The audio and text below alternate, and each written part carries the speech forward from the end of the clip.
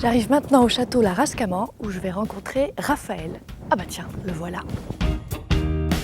Merci Raphaël de m'accueillir ici. C'était avec plaisir.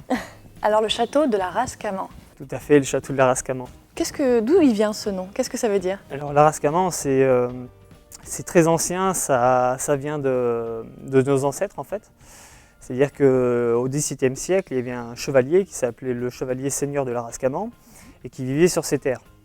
Voilà, donc c'est venu de là, on a repris ce nom pour remémorer un petit peu l'histoire. C'est une affaire de famille alors? Une affaire familiale, oui. Depuis plusieurs générations? Depuis 7 générations. Ça fait depuis 1857 que, on va dire, la propriété a été créée. Ouais.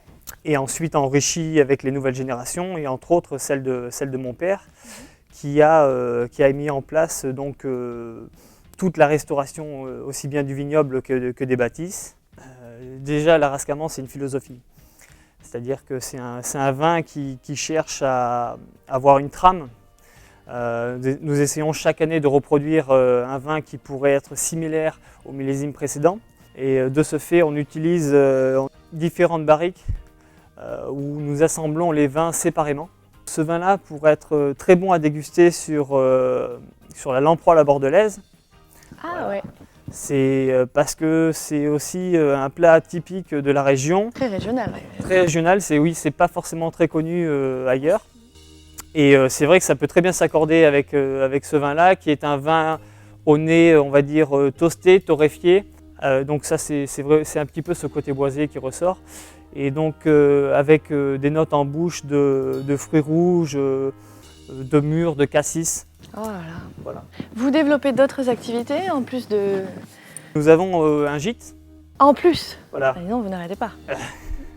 Un gîte qui est mitoyen à la propriété en fait. Comment il s'appelle ce gîte? C'est les Cigognes de Caman. Les Cigognes de Caman. Aux alentours, c'est-à-dire à peu près dans un périmètre de 1 km, il y a à peu près une dizaine de nids. Une dizaine de nids? Voilà. Ok. Et sur la propriété, il doit y en avoir 6. Ah oui, d'accord. Voilà. Merci, j'en sais un peu plus maintenant sur ce domaine, sur ce château.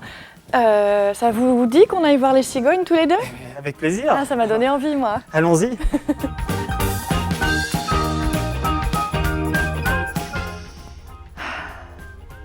Allez, on quitte Raphaël, le chat capucine et toutes les cigognes, et on part vers un nouveau château.